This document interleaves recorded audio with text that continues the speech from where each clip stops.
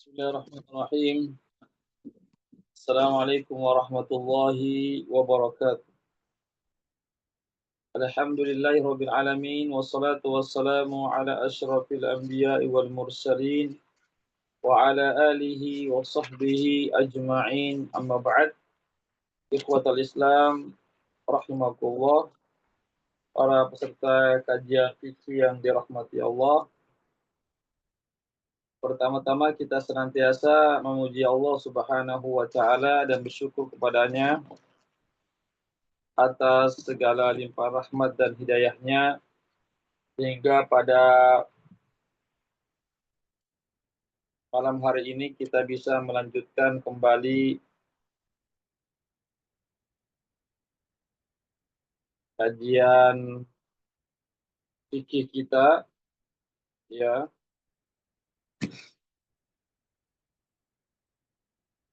Pada malam hari ini insyaallah. Salawat dan salam senantiasa tercurahkan kepada junjungan kita Nabiullah Muhammad sallallahu alaihi wasallam serta keluarga dan para sahabatnya, para pengikutnya yang tetap setia berpegang teguh kepada sunnah-sunnah beliau dan para sahabatnya hingga hari kiamat kelak. Amin ya rabbal alamin.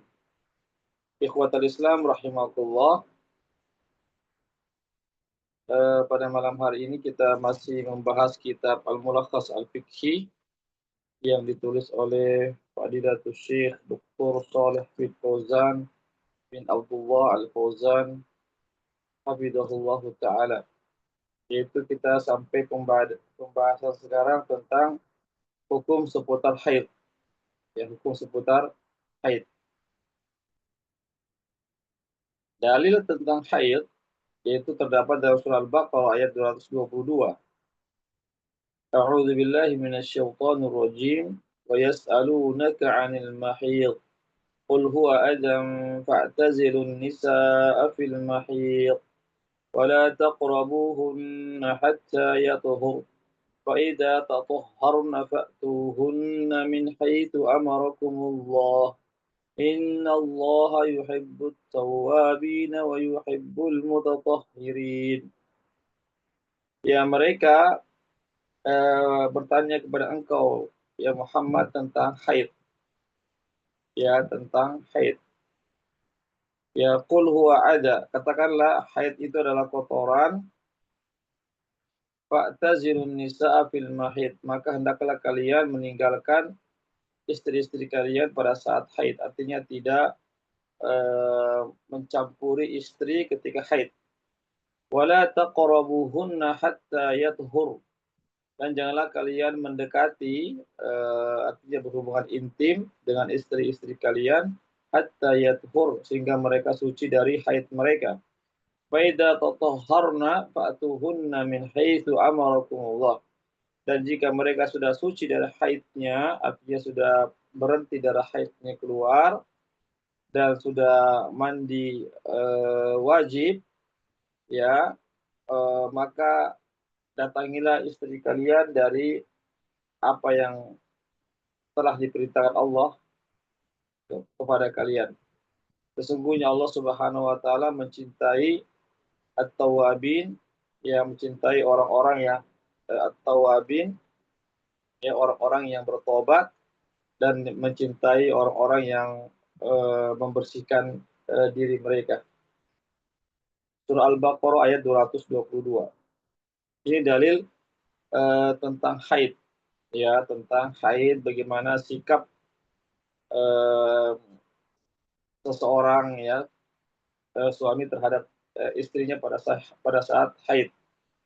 Ya, haid itu adalah darah kebiasaan wanita, ya, darah tabiat wanita yang keluar dari rahim yang paling dalam, ya, pada waktu-waktu tertentu.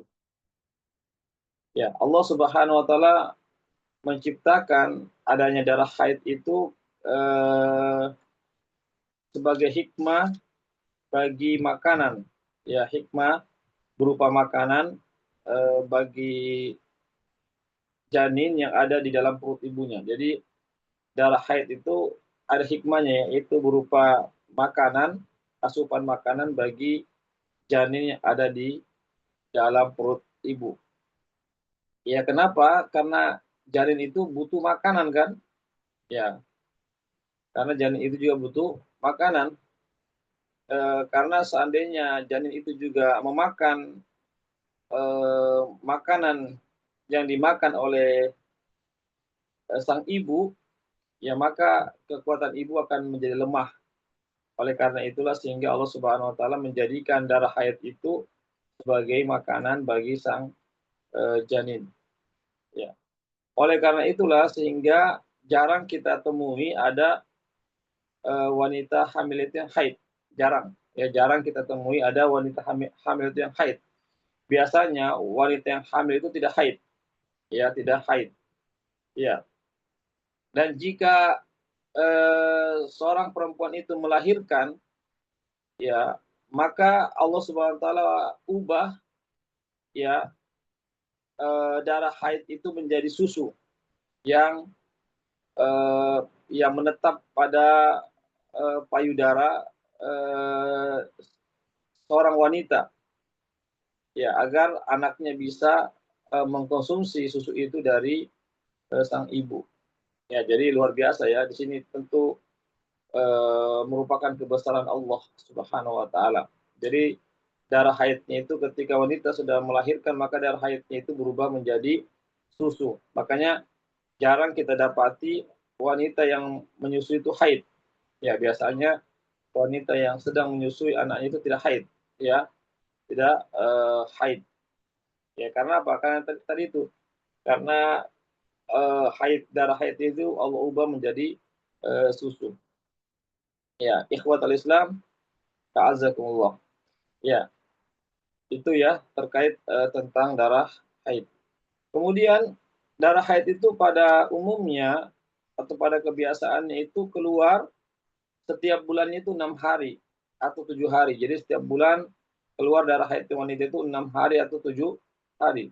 Ya, kadang juga bisa lebih dari 6 hari ya atau kurang dari 6 hari. Ya, tapi pada umumnya 6 sampai 7 hari itu darah haid itu keluar setiap bulannya. Ya, di sini ada beberapa hukum-hukum seputar wanita yang haid yang terdapat hukum-hukumnya yang dijelaskan di dalam Al-Quran ataupun Sunnah Rasulullah Sallallahu Alaihi Wasallam. Di antara hukum-hukum yang berkaitan dengan wanita yang haid adalah bahwasanya wanita yang haid itu tidak boleh sholat dan tidak boleh berpuasa ketika dia dalam keadaan haid. Iya, tidak boleh berpuasa dan juga tidak boleh sholat pada saat dia haid. Sebagaimana perkataan Nabi kita Muhammad SAW kepada Fatimah bintu Abi Hubeish, beliau mengatakan, "Idza aqbalatil haidatu fada'is sholata." Hadis riwayat Bukhari dan Muslim, hadis yang sahih. Nabi mengatakan kepada Fatimah bintu Abi Hubeish, apabila haidmu telah datang, maka tinggalkanlah sholat. Maka janganlah kamu melaksanakan sholat. Ya. Ikhwat Islam, azakumullah. Seandainya ada wanita haid yang tetap sholat atau tetap puasa ketika dalam keadaan haid, maka sholatnya tidak sah. Maka puasanya tidak sah. Kenapa? Karena Nabi kita Muhammad SAW melarang wanita haid itu berpuasa atau melaksanakan sholat. Ya, jadi larangan ini menunjukkan bahwasanya sholatnya haid, wanita yang haid itu pada saat haid itu tidak sah.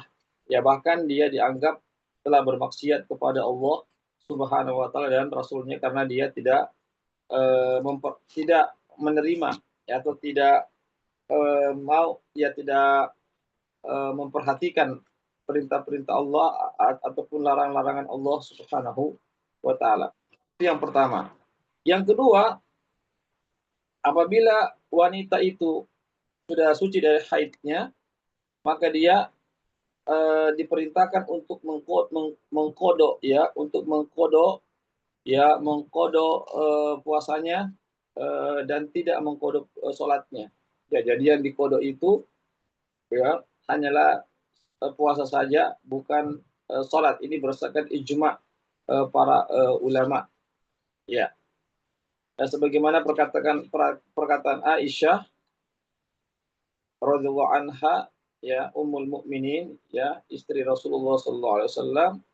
Beliau mengatakan, kunna nahidu ala ahdi Rasulillah sallallahu alaihi wasallam wa kunna nu'maru bi qada'is shaumi wa la nu'maru bi qada'is shalah, muttafaq alaih. Ini hadis sahih yang diriwayatkan oleh Imam Bukhari dan Muslim. Kami, kata beliau, kata Aisyah, ya, ketika kami haid di masa Rasulullah sallallahu alaihi wasallam, maka kami pun diperintahkan oleh Nabi untuk mengqadha puasa kami, dan kami tidak diperintahkan untuk mengqadha, ya, untuk mengqadha, ya, untuk mengqadha salat kami. Ya, berdasarkan hadis ini menunjukkan bahwasanya yang diperintahkan bagi wanita yang haid ketika sudah bersih dari haidnya adalah mengqadha puasa, bukan mengqadha salatnya. Itu yang kedua. Hukum yang ketiga seputar wanita yang haid, bahwasanya wanita yang haid itu tidak diperbolehkan untuk bertawaf di Ka'bah. Yang tidak boleh melaksanakan tawaf di Ka'bah, tidak boleh membaca Al-Qur'an, tidak boleh duduk di masjid, ya, dan suaminya diharamkan untuk berhubungan intim dengan suaminya, ya, sampai bersih dari haidnya lalu mandi wajib. Ya, sebagaimana firman Allah Subhanahu wa taala yang tadi kami bacakan, yaitu pada surah Al-Baqarah ayat 222, ya, wa yas'alunaka 'anil mahid qul huwa adam fa'tazilun nisaa fil mahid. Ya, mereka bertanya kepada engkau ya Muhammad tentang haid, katakanlah bahwasanya haid adalah kotoran, maka hendaklah kalian meninggalkan istri-istri kalian pada saat haid, artinya tidak berhubungan intim pada saat haid, dan janganlah kalian mendekati mereka, tanda kutip, ya, tidak berhubungan intim sampai mereka itu bersih dari haidnya. Jika mereka sudah bersih dari haidnya dan sudah mandi wajib, ya, atau mandi besar, maka hendaklah kalian mendatangi mereka, ya, dari arah yang Allah perintahkan kepada mereka. Jadi dalam ayat ini jelas bahwasanya Allah menyuruh para suami untuk tidak berhubungan dengan istrinya pada saat haid. Kemudian Nabi mengatakan dalam hadisnya, ya, isna'u kulla syai'in illa nikah, ya, perbuatlah sesuatu kepada istrimu, namun jangan melakukan hubungan intim dengannya pada saat haid. Yang keempat, ya, bahwasanya yang berkaitan dengan hukum yang berkaitan dengan wanita yang haid, bahwasanya, ya, wanita itu, suami itu tidak boleh menceraikan istrinya pada saat haid. Ya, tidak boleh suami menceraikan istrinya pada saat haid. Sebagaimana firman Allah Subhanahu wa taala, "Ya ayuhan nabiyyu idza talaqtumun nisaa fatalliquhunna li'iddatihinna." Surah At-Tolak ayat 1. Allah berfirman, wahai Nabi, jika engkau menceraikan istri-istri kalian, maka ceraikanlah istri-istri kalian, ya, li'iddatihinna. Maksudnya bukan pada saat haidnya. Artinya jangan menceraikan pada saat istri sedang haid. Ya. Dan Nabi kita Muhammad sallallahu alaihi wasallam memerintahkan seorang sahabat yang pernah menceraikan istrinya pada saat istrinya sedang haid. Nabi perintahkan sahabat tersebut untuk rujuk kembali kepada istrinya. Kemudian sahabatnya itu boleh menceraikan istrinya ketika sudah suci dari haidnya, jika dia ingin menceraikannya kembali. Ya, ini menunjukkan bahwasanya ayat ini menunjukkan bahwasanya tidak diperbolehkan seorang suami menceraikan istrinya pada saat lagi haid. Ya. Ikhwatul Islam, a'azakumullah. Ya. Jadi sekali lagi, ikhwatul Islam, a'azakumullah, ya, bahwasanya wanita yang haid bisa saja dia melakukan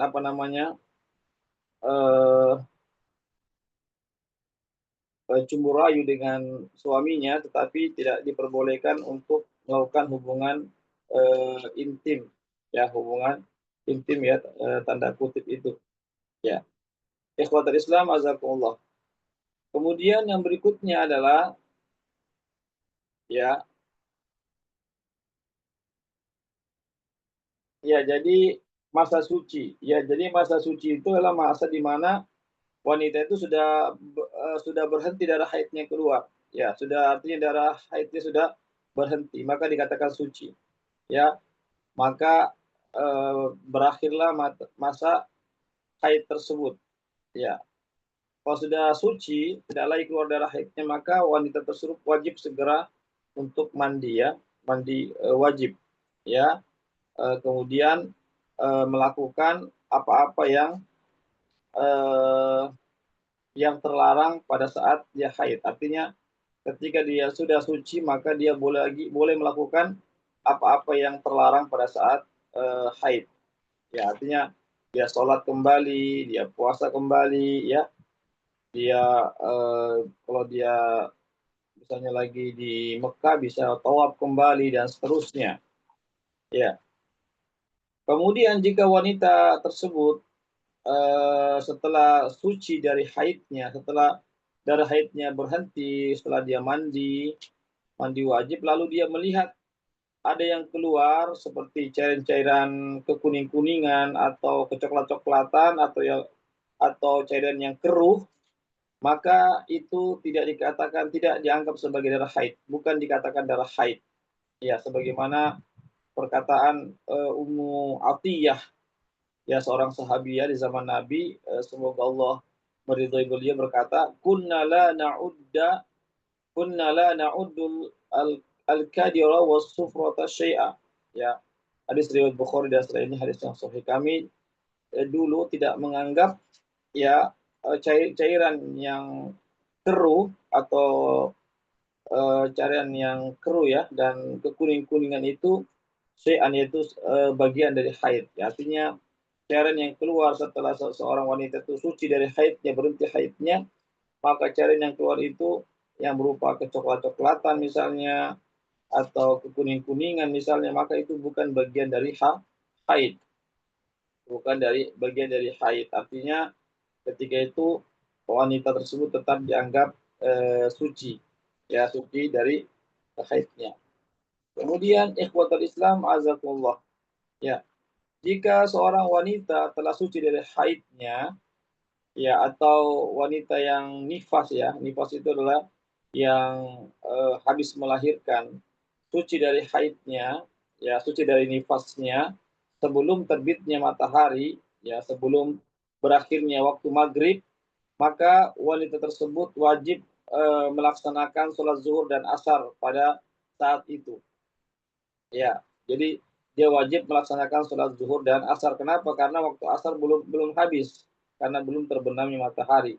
Seandainya seandainya wanita haid itu telah suci, ya, atau wanita yang nifas itu telah suci dari haidnya sebelum terbenamnya matahari. Begitu juga jika wanita yang haid itu atau yang nifas itu sudah suci dari haid atau nifasnya sebelum terbitnya waktu fajar atau sebelum masuknya waktu sholat subuh, maka wanita tersebut wajib melaksanakan sholat maghrib dan isya pada pada saat itu. Kenapa? Karena waktu isya belum habis. Ya, ini tentu merupakan waktu, ya, bagi orang yang memiliki uzur. Ya, uzur seperti, ya, wanita yang haid ini ada uzurnya, ya, maka ketika itu dia masih diperbolehkan untuk melaksanakan sholat yang sebagaimana yang tadi kami sebutkan. Ikhwatul Islam, a'azakumullah, ya, di sini ada perkataan daripada Syekhul Islam Ibnu Taimiyah, semoga Allah merahmati beliau, mengatakan, ya, bahwasanya jumhur ulama, mayoritas ulama seperti Imam Malik, Imam Syafi'i, Imam Ahmad, ya, mengatakan apabila wanita itu telah bersih dari haidnya pada akhir di akhir ya di sore hari ya, di akhir sore hari sebelum memasuki waktu maghrib, maka hendaklah dia melaksanakan sholat zuhur dan asar sekaligus. Ya. Dan jika wanita itu suci, ya wanita haid itu suci dari haidnya di akhir malam, yaitu sebelum masuknya waktu sholat subuh, maka hendaklah dia melaksanakan sholat maghrib dan isya sekaligus. Ya, ikhwatal Islam, azakumullah. Ya, ini di perkataan ini dinukilkan, pendapat ini juga dinukilkan atau diambil dari perkataan Abdurrahman bin Auf, Abu Hurairah, Ibnu Abbas, yang mana mereka ini adalah para sahabat Rasulullah Shallallahu Alaihi Wasallam. Ya. Kemudian apabila telah masuk waktu sholat, ya, bagi orang yang haid, ya, ya, apabila telah masuk waktu sholat, ya, kemudian wanita itu haid atau nifas sebelum dia melaksanakan sholat, maka pendapat yang kuat bahwasanya dia tidak mesti mengkodok sholatnya, ya, tidak mesti dia mengkodok sholatnya, ya. Kenapa dia tidak mesti mengkodok sholatnya? Ya, kenapa? Karena waktu sholat itu masih panjang, ya. Karena waktu sholat tersebut masih, contoh misalnya sholat zuhur kan panjang waktunya. Ya, sholat zuhur, anggaplah sekarang sholat zuhur itu maksudnya jam 12, itu sholat zuhur. Itu sampai waktu asar, ya, sampai waktu asar, ya. Waktu asar itu anggaplah 3:30, berarti ada tiga setengah jam. Ya, seandainya seseorang wanita itu misalnya datang masa haidnya itu jam 1, berarti namun dia belum sempat melaksanakan sholat di jam 1 itu, padahal waktu zuhur itu masih panjang, masih ada lagi 2,5 jam. Ketika itu dia tidak perlu mengkodok lagi sholatnya itu. Ya, tidak perlu dia mengkodok sholat yang tertinggal pada saat itu, di waktu zuhur itu. Karena apa? Karena dia masih ada waktu sebenarnya 2,5 jam itu untuk bisa melaksanakan sholat. Tapi qadarullah haidnya datang pada jam tersebut atau pada saat tersebut. Ya, sebagaimana, ya, ikhwatul Islam, azakumullah, ya di sini disebutkan, ya, bahwasanya Syekhul Islam Ibnu Taimiyah berkata tentang masalah ini, bahwasanya yang jelas dalam masalah ini, ya, bahwasanya pendapat yang kuat dalam masalah ini, ya, adalah pendapatnya Abu Hanifah dan Imam Malik, ya, bahwasanya seorang wanita itu tidak ada kewajiban untuk mengqadha sholat tersebut seandainya waktu haid itu datang dan dia belum melaksanakan sholat, tapi waktu sholat itu masih panjang waktunya. Ikhwatal Islam, azakumullah, yaitu, ya, jadi sekali lagi, ya, jadi di sini tidak dikatakan wanita itu lalai. Ya, ya, jadi tidak dikatakan wanita tersebut itu lalai sehingga dia tidak sempat melaksanakan sholat. Ya kan, tidak dikatakan lalai. Kenapa? Karena waktu sholat masih ada. Ya, sebagaimana tadi saya contohkan, anggaplah masuknya dia itu datang mas haidnya itu jam 1, ya, jam 1 siang. Sedangkan waktu zuhur itu masih panjang kan, sampai 3:30 itu baru masuk waktu asar. Berarti masih ada lagi 2,5 jam. Jadi ketika dia belum sholat di jam 1 itu bukan tidak dikatakan dia lalai, tidak. Dikatakan lalai kalau dia tidak sholat ketika sudah masuk waktu sholat asar, itu lalai. Tapi kalau ketika dia belum sholat di jam 1 itu dan waktu zuhur itu masih panjang, masih ada lagi 2 jam lebih, lalu tiba-tiba datang masa haidnya, ketika itu dia tidak dikatakanlah lalai, tidak dikatakan lalai. Ya, kenapa? Karena dia masih bisa menunda sholatnya sampai menjelang masuknya waktu asar. Ya, ikhwatul Islam, azakumullah, ya, itu apa namanya, berkaitan dengan wanita yang haid, ya, sebagaimana yang terdapat dalam ayat-ayat Al-Quran ataupun hadis-hadis Rasulullah Shallallahu Alaihi Wasallam yang berkaitan tentang masalah haid. Ya, barangkali ini yang bisa kami sampaikan dulu ya tentang masalah haid.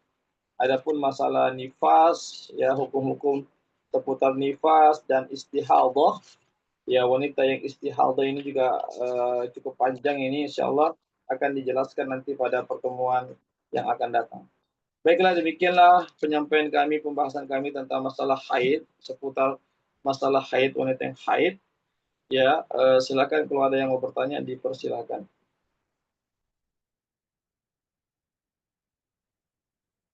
Silakan kalau mau bertanya.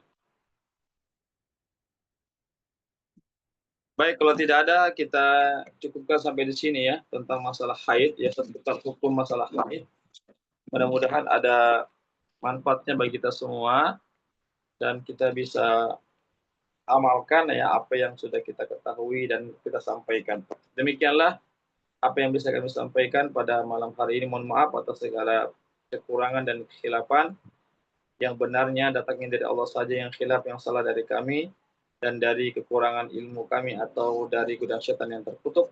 Kami mohon ampun kepada Allah dan kami mohon maaf kepada para peserta sekalian. Ya, dan kami ucapkan jazakumullah khairan katsiran kepada para peserta yang sudah hadir dalam kajian kami pada malam hari ini. Semoga kita bisa istiqomah untuk terus belajar dan mempelajari agama atau syariat Islam ini. Dan kami juga ucapkan jazakumullah khairan katsiran para donatur yang sudah berpartisipasi terlaksananya kegiatan kali ini. Semoga Allah senantiasa memberikan kepada kita balasan yang berlipat ganda. Kami undur diri dengan membaca doa penutup majelis. Subhanakallahumma wa bihamdik, asyhadu an la ilaha illa anta, astaghfiruka wa atubu ilaik. Wassalamualaikum warahmatullahi wabarakatuh.